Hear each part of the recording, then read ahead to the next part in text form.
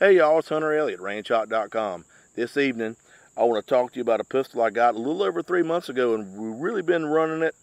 It is a Magnum Research Desert Eagle 1911C, 1911 style pistol, chambered in 9mm Luger. First thing I want to show you is there is no magazine in the gun. Slide is locked to the rear, chamber is empty, so she is safe to talk about. Now this pistol here is more of a commander style gun, which we were familiar with. Instead of being a 5-inch government model, this is a 4 1/4 inch, which makes it a little bit more conducive to concealed carry. We've got about 350 rounds through the gun of various types of ball, range, and defensive ammunition. No malfunctions whatsoever. The gun run great, didn't have any problems with that. We did get some pretty nice groups out at 25 yards, and if you're curious about the exact ammunition that we shot as well as what the group size were, there's going to be a chart on rangehot.com with all that information, as well as a whole lot more technical information about the gun. As always, this is just a video overview. Speaking of ammunition, I want to give a thank you out to Defender and Corbon, as well as ammoforsale.com. These two manufacturers, and ammoforsale.com being a retailer, provided the vast majority of test ammo for this pistol, so thank you a whole lot. Really appreciate the support. Starting here at the rear, we do have a nicely checkered mainspring housing coming up to this really deep beaver tail grip safety, incorporating a palm swell, which does allow you to get a really good solid purchase on the gun, being sure that you're disengaging it with that incorporated palm swell. Do have a speed hammer design coming up here to the rear sight. It is nicely serrated on the rear face. You get a lot of hard light on it. That'll prevent any kind of sheening off that rear sight while you're trying to get a proper sight alignment sight picture. And the rear sight is adjustable for windage. You got a little set screw and you can drift it whatever direction you need to. Front sight, very similar, dovetailed in. Sights work well enough, no complaints, except they are all black. Sights like this, I wouldn't mind. If it's not going to be a 3-dot design, I wouldn't mind at least seeing a white dot, a brass bead, or something on this front sight, just to kind of give you a little bit of contrast. Locking the slide to the rear, you can see that this is a bull barrel design as opposed to the traditional barrel bushing, and I understand why they did that. You can maybe squeeze a little bit more accuracy out of this pistol using this design without having to spend a tremendous amount of time correctly fitting a barrel bushing to the slide and then to the barrel. But it also does incorporate a reverse recoil spring plug, and that's going to require a little takedown tool for you to field or detail strip the gun, which we're going to do here in a little bit.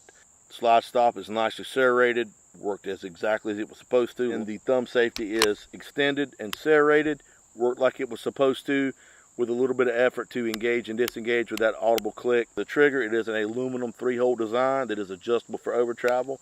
Not a bad trigger at all. You do have a little bit of take up. Brakes really clean at 4 pounds, and then some over travel. Magazine catch, it is nicely serrated. 10-round magazine, and it does have a base pad on it. And that helps you because right here at the magazine well, it is slightly beveled, so it allows you to make sure you get a good solid engagement. I could see this doing excellent as a defensive carry, concealed carry gun.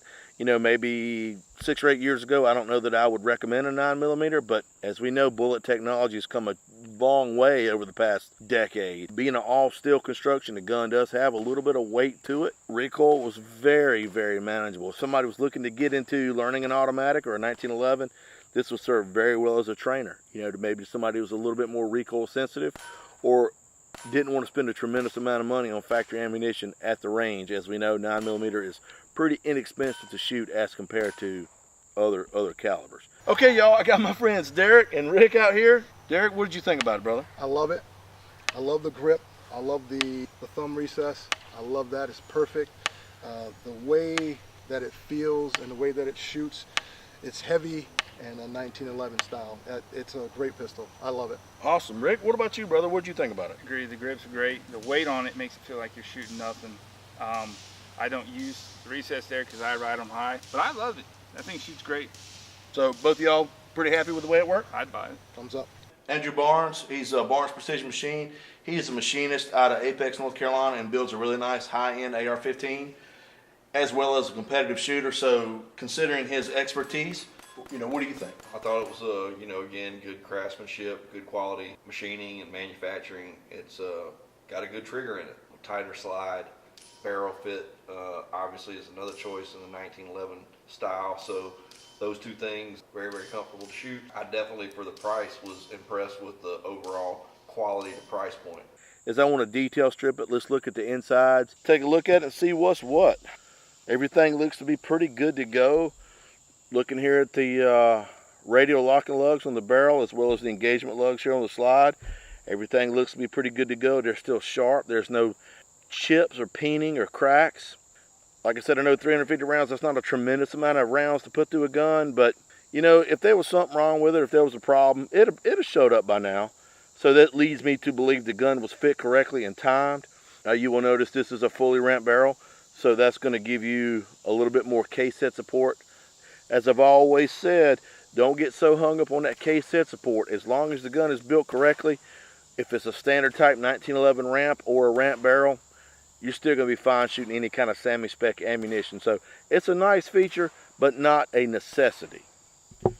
Looking here in the bottom of the slide, you'll see that this pistol does not incorporate any kind of firing pin safety at all. Reverse recoil spring type setup with a full length guide rod, and you do have to have a little tool to start field stripping it or detail stripping it. I always use a little bent staple. It seems to work just fine. Aluminum trigger looks good to go. Sear and disconnect both look fine. There's no chipping or cracks or peening on those. They look to be holding up. The hammer looks good to go. Hammer hooks are fine. They're still got an edge on them. All steel mainspring housing.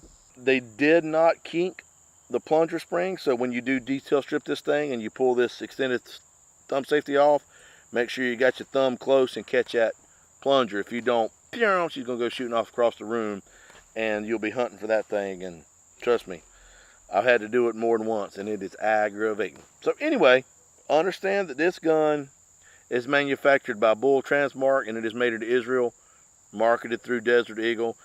Bull Transmark has a pretty good reputation about the guns they build, so I have no problem with that whatsoever. I really appreciate you watching the videos, reading the articles. Thank you for all the feedback. I appreciate that. If you've got any comments or questions about the gun, you can always jump over to rangehot.com, read the review. I'm going to have a whole lot more technical information in the review. If you don't find anything over there to answer your question or problem or whatever, reach out to me. Send me an email. Find us on Facebook, YouTube, Instagram, Pinterest, Twitter, whole 9 yards. Let me know what you think. If you got a complaint or a question, I appreciate feedback, good and bad. I can always use that to make the videos and articles better, so y'all will continue to come back and watch them. So there you go. That's about it. I want you to take care of yourselves and each other, and I look forward to seeing you at the range.